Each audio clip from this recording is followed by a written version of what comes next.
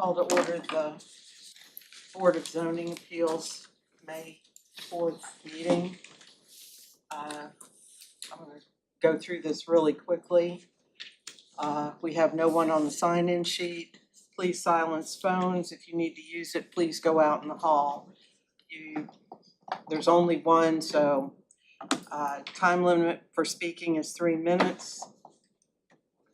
The board must have 4 members to approve requests. This is how it works. Staff, Jack over here, will introduce the agenda item, questions for staff by board, applicant called to speak to board, questions for applicant by the board, floor closed, motion requested by me to a motion to either approve or deny. And then I will ask for discussion if needed. And then I will ask staff to, and here's our board member, missing board member. And with that, what did I do with that? First item on the agenda is consideration of the April 6th, 2026 meeting minutes. Motion to approve as set out. Second. Okay, Zach seconded, and with that, I turn it over to Jack. All right, motion to approve. Oh, aye. Thank you. I forgot that.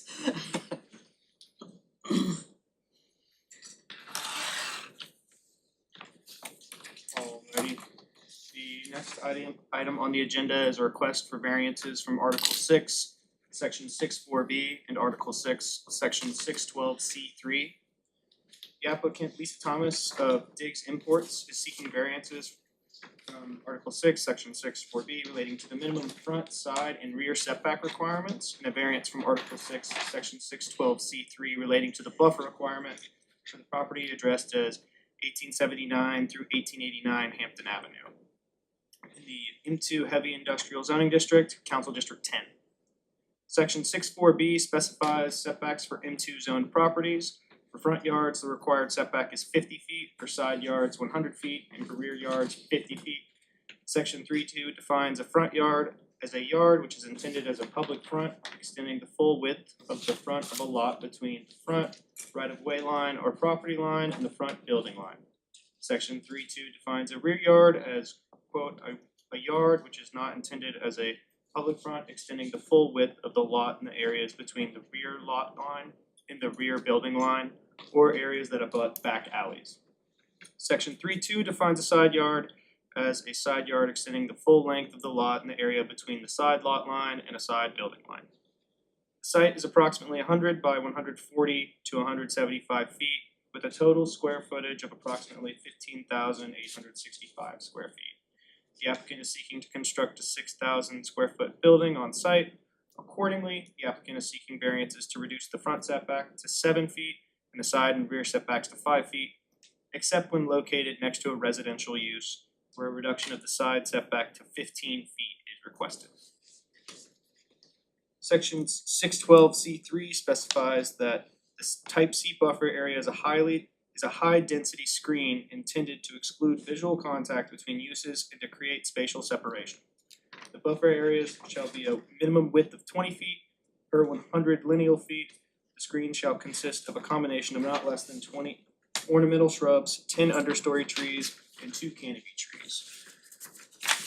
An 8-foot privacy fence or wall is also required. The fence or wall shall be located between 5 and 10 feet from the property line, and the plant material shall be located between the building and the fence. The zoning administrator must approve the site plan, which shows the exact fence location. Due to similar constraints pertaining to the setbacks, the applicant is also requesting to reduce the type C buffer along the residentially used parcel, abutting the subject property. Accordingly, the applicant requests the required buffer be reduced from 20 to 10 feet. Per section 773 of the city's zoning regulations, the board must make the following findings to grant the variances. 1. There are extraordinary and exceptional conditions pertaining to the particular piece of property. The application notes the small size of the parcel when compared to the standards of of the M2 heavy industrial zoning district. The application notes that the property is only 0.36 acres and the lot dimensions are significantly smaller than what is typically expected for development in the M2 zoning district. Staff agrees that the small size of the property does severely limit the ability for feasible development on the parcel and notes that the M2 requirements almost completely limit the ability to implement an industrial use on the site.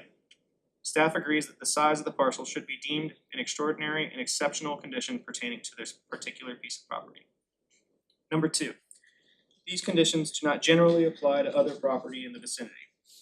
The application states that the other properties zoned M2 heavy industrial are more regularly shaped and significantly larger. The application also notes that most of the other nearby industrial properties are able to meet the zoning code requirements. Staff agrees that this lot is very constrained in terms of potential development in comparison to many of the other industrially used properties in the district. Number 3, because of these conditions, the application of the ordinance to their particular piece or property would effectively prohibit or unreasonably restrict the utilization of the property. The application states that strict compliance with the ordinance would render the site undevelopable for a warehouse or industrial use, as meeting the setback requirements would consume most of the subject property. The application also notes that if standard M2 design standards are applied, the site would not be able to be developed to accommodate the proposed building, parking, or circulation. Staff agrees that the application of the standard requirements for M2 zone properties severely limit to develop this property with an industrial use, as the property would leave very little room for any proposed developments if the standard zoning regulations were to be met. Accordingly, staff agrees that the application of the ordinance to this particular property would unreasonably restrict the utilization of the property. Number 4, the authorization of a variance will not be of substantial detriment to adjacent property or to the public good, and the character of the district will not be harmed by the granting of the variance. The application notes the granting of the variance will not negatively impact the surrounding properties or the character of the area in which the property is located. The application states that the proposed warehouse is consistent with the existing industrial and commercial uses along Hampton Avenue. The application also notes that the scale of the development is appropriate for the site and the layout maintains safe access and circulation. Additionally, the application notes the site plan does include a privacy fence and landscape buffer, which would aesthetically enhance the area. Staff agrees that the authorization of the variance would not be a substantial detriment to the adjacent properties or to the public good, and that the character of the district would not be harmed by the granting of the variance. Staff notes that the surrounding parcels in the area are also zoned into heavy industrial, and that most of them are being utilized for industrial purposes. Although the neighboring parcel to the west is residentially used, staff feels that the implementation of a 15-foot setback with a 10-foot buffer with both a privacy fence and landscaping will mitigate potential impacts from the proposed project. Staff believes that the size of the parcel is extremely limited for a property with a zoning designation of M2 heavy industrial and finds this to be an extraordinary and exceptional condition that is unique to this property. Staff finds that the typical zoning regulations unnecessarily restrict the utilization of the parcel. Staff also finds that the granting of the variances would not harm the character of the district or be of substantial detriment to the adjacent properties or to the public good, as the project proposes appropriate screening to the adjacent residential parcel. Accordingly, staff recommends approval of the requested variances from Article 6, Section 6.4b relating to the minimum front, side, and rear setback requirements under the condition that a firewall meeting the standards of the current edition of the city's building code be constructed along any property line where the setback is less than 10 feet in order to be consistent with the administrative setback reductions found within the zoning regulations. Additionally, staff also recommends approval of the requested variance from Article 6, Section 612C3 relating to the buffer requirement to be reduced from 20 to 10 feet under the condition that the required buffer have the 8-foot opaque fence along the property line with plant materials being located between the building and the fence, and that the buffer may reduce the required number of understory trees by half as long as they consist of an evergreen species. Additionally, a copy of the staff report was emailed to the applicant on April 29th, 2026. Thank you. Any questions for staff?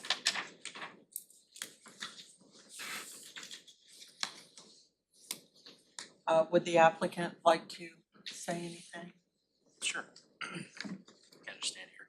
Sure. Okay. I don't wanna waste y'all's time since you just read the staff report, but we're essentially, in summary, we're asking for a variance because of the unusual size of the site, not because of the use.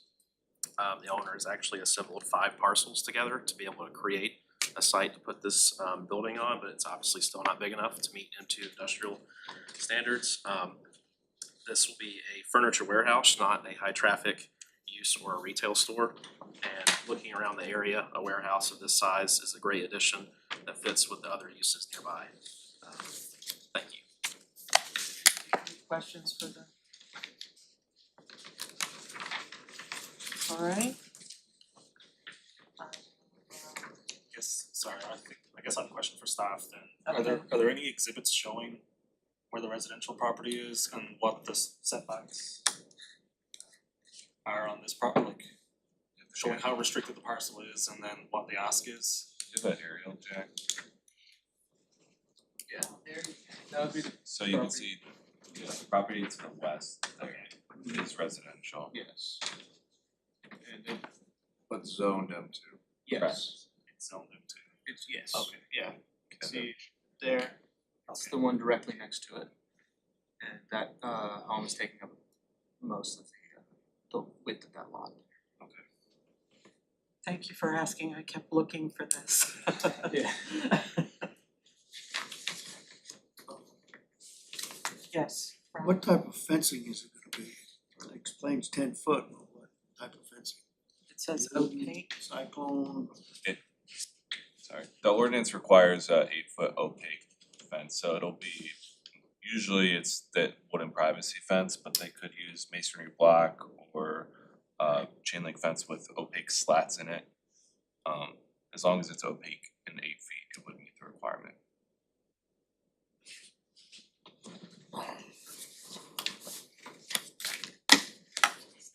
another question would be, how close is that to a, I know it's close to a residential area, but how close is it to a wooded area? Here. Yeah, you can see on the east side there, there's a railroad track, and some wooded area. And then the Howard Heights, I mean, across the street is industrial, heavy industrial kind of use of some sort. Directly behind them is also an industrial use. And then there's a few residential units between them and Sproul, and then on Sproul, I believe that's some sort of commercial establishment there. So, Uh. to the right of it is the railroads area, right? Correct. Yes, sir. Thank you. Was there a tree survey with this? Do not believe there's any trees on site currently. Okay. I see on the aerial there's something between the properties, but that's on the adjacent property. Yeah, That or can't it's, be. or it's considered brush and not a tree. Okay. So the survey did. So there are no trees on the site right now. When I was out there posting signs, I could see Okay, large trees on site. alright. And I'd have a question. You all are agreeing to the firewall Yeah. with that the is building. in their approval, in Yep. the city's approval. Yes. Any other questions, board members? Make a motion. Motion to approve. I'll second it. All right, discussion? I just wanna clarify that the motion to approve is approval with the conditions set Condition of the forth by this, firewall. everything recommended by the staff. Yes. Correct? Correct. Alright. Second, we don't have one. All right. And Jack, will you call the roll? 1 second. Take your time. Seconded by Mr. Foster, Mr. McElhaney. Sure. Got it. Okay, cool. Mr. Calhoun, Yes. Mr. Closser? Yep. Ms. Harper, Yes. Mr. McElhaney, Yes. Mr. O'Callahan, Yes. Ms. Morrow? Yes. Your variance request has been approved. Thank you. Now adjourn the meeting. Thank Yeah. you. Do have a UDO update Oh, I'm sorry. for y'all as well. I'm gonna be here today, but he did give me his notes. A few bullet points. We anticipate the UDO website, onenorthcharleston.com, will be live this week. And that will be the project. Is it gonna be all one word? Yeah, onenorthcharleston.com. That link will be sent out to y'all once it's launched publicly. But that will be the project website. There'll be resources, information about the project, upcoming events, timeline, as well as just general information about what's going on. The in-person launch event will be held Tuesday, June 2nd, starting at 6 p.m. at the North Charleston Athletic Center. That is the day after our next ZBA meeting, so you'll get a reminder about that at that meeting as well. And of course, there'll be lots of information. We're planning to post signs about it, send out to our media list, all the ways, neighborhood presidents, everybody will be hearing about this. I think you're the first though to hear about it, so. Oh, okay. There will also be a virtual public meeting the following Tuesday, June 9th. So those people that can't attend on the 2nd at 6 p.m. will have the opportunity to attend virtually as well. Like I said, we will send an email with those meeting dates later this week and hope you all can attend and spread the word, help us out. Probably once we get the website up and running, it'll be easier. Just click forward to that to where you need to. Questions? Thank you. Thank you all. Thanks. And now the meeting